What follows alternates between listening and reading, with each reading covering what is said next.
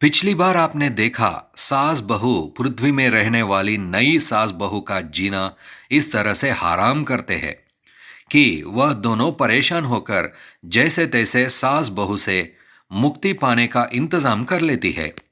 दोनों का पृथ्वी से ट्रांसफर हो जाता है, पर कहाँ होता है यह अभी तक पता नहीं।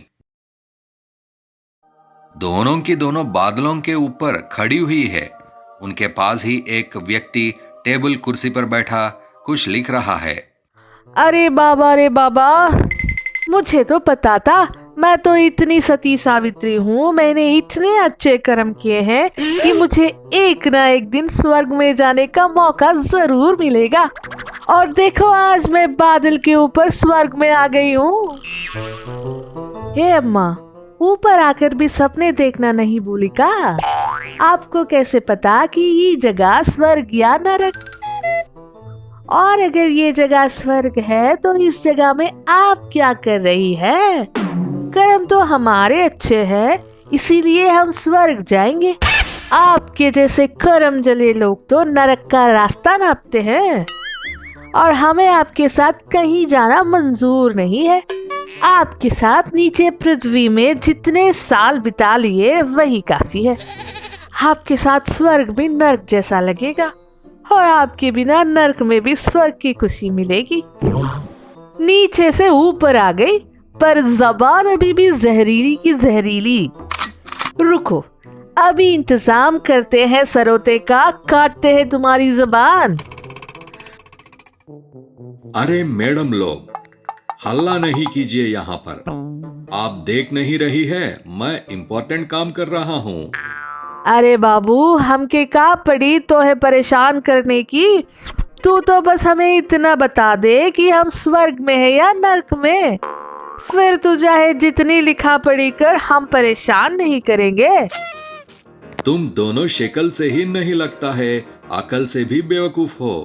मैं अभी तुम्हारे अच्छे और बुरे कर्मों का हिसाब कर रहा हूँ, फिर डिसाइड होगा कि किसको कहाँ एंट्री मिली है। अरे बाबू साहब, आप अपना काम करिए। काहे ऐसे छोटे और टुच्चे लोगों के मुंह लगते हैं? वैसे आपको इतनी मेहनत करने की जरूरत नहीं है। आप तो हमें स्वर्ग भेज दीजिए, और इनको इनकी उचित जगह बोले तो नर्क भेज दीजिए। आप दोनों जरा अपनी जबान पर साइलेंसर लगाइए। हमको क्या करना है हमें ना बताइए।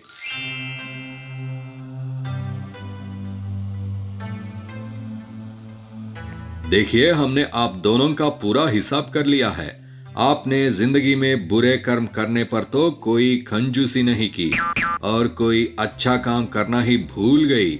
तो कंग्रेचुलेशंस, आपको नर्क की टिकट दी जाएगी। दोनों ये बात सुनकर रोने लगते हैं, और रोते रोते नर्क में एंट्री लेती है। एंट्री लेते लेते नर्क के सिक्योरिटी गार्ड से कुछ बातें होती है।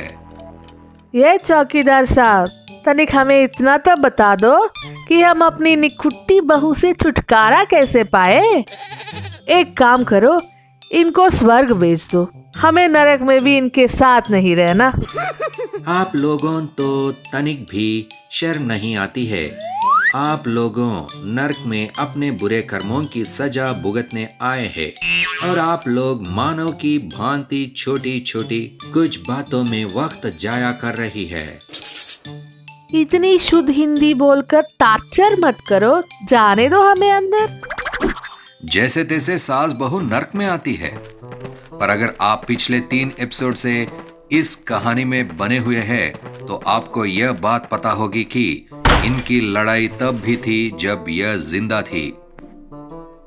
उनकी लड़ाई तब भी थी जब यह मर चुकी थी। इनकी लड़ाई आज भी है जब यह नर्क में एंटर कर चुकी है। दोनों अपना सारा समय एक दूसरे से लड़ते हुए बिताती। इन दोनों से नर्क के अधिकारी परेशान होने लगे, तो उन्होंने इन दोनों को अलग करके सोचा कि इनकी लड़ाई बंद हो जाएगी। पर वह बिल्कुल गलत थे। बहू ने अपनी एक सेना बनानी शुरू कर दी। उसकी सेना में वह बहुएं होती है जो सासों की सताई हुई है। इसके जवाब में अम्मा बहुओं से परेशान सासों की सेना बना लेती है। इन दोनों गुटों के बीच लड़ाई का नया दौर शुरू हो जाता है। कभी कोई सास पेड़ से लटकी हुई पाई होती है तो कभी किसी बहू की चोटी में आग लगा दी जाती है। पूरी की पूरी नर्क की कानून व्यवस्था नष्ट हो जाती है और नर्क के अधिकारी यमराज के पास इन दोनों की शिकायत लेकर पहुंचते हैं। वे रोते हुए नर्क के हालातों से यमराज को अवगत कराते हैं और उनसे हाथ जोड़कर विनती करते हैं कि जैसे तैसे इन दोनों को नर्क से बाहर निकाला जाए। बहुत समय तक मनाने के बाद यमराज मान जाते हैं। वे इस बात का निर्णय लेते हैं कि इन दोनों को वापस पृथ्वी में भेजा जाएगा। पर पृथ्वी में क्या इन्हें अपना पुराना शरीर मिलेगा? क्या यह दोनों उसी घर में वापस जाएंगे या कहीं और? क्या इनकी लड़ाई खत्म होगी? यह सब जानने के लिए अगला एपिसोड जरूर देखिए। एक बार एक ऊंट और उसके बछड़े में बात चल रही थी। बछड़ा बहुत ही जिज्ञासु था। उसने अपनी माँ से पूछा, माँ, हमारे पास कुब्बड़ क्यों होता है? कुब्बड़ पानी को इकट्ठा करने के लिए होता है ताकि हम रेगिस्तान में जिंदा रह सकें। बच्चा बोला, अच्छा माँ, और हमारे पैर घुमावदार क्यों होते हैं? घुमावदार पैर रेगिस्तान में चलने में हमारी मदद करते हैं। उसके कारण रेत में हम आसानी से चल पाते हैं। ठीक है, हमारी पलकें इतनी लंबी क्यों होती हैं? लंबी पलकें रेगिस्तान की धूल से हमारी आँखों को बचाती हैं।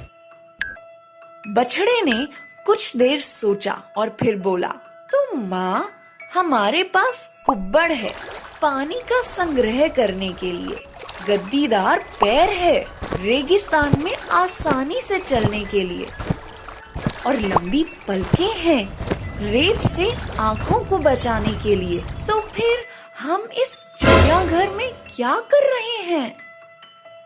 आपके कौशल और ताकत का कोई अर्थ नहीं अगर आप सही जगह पर नहीं हैं। ऐसे ही ज्ञानवर्धक कहानियों के साथ हम फिर मिलेंगे। और शेर भी उनकी तरफ दौड़ने लगता है। कुछ देर बाद शेर और उनका ब्रेकफास्ट बोले तो भीड़ टावर के नीचे पहुंच जाती है। एक बार टावर तक पहुंचने के बाद एक नई लड़ाई शुरू होती है कि कौन पहले चढ़ेगा और कौन आखिरी में। कुछ लोग चढ़ने की कोशिश करते हैं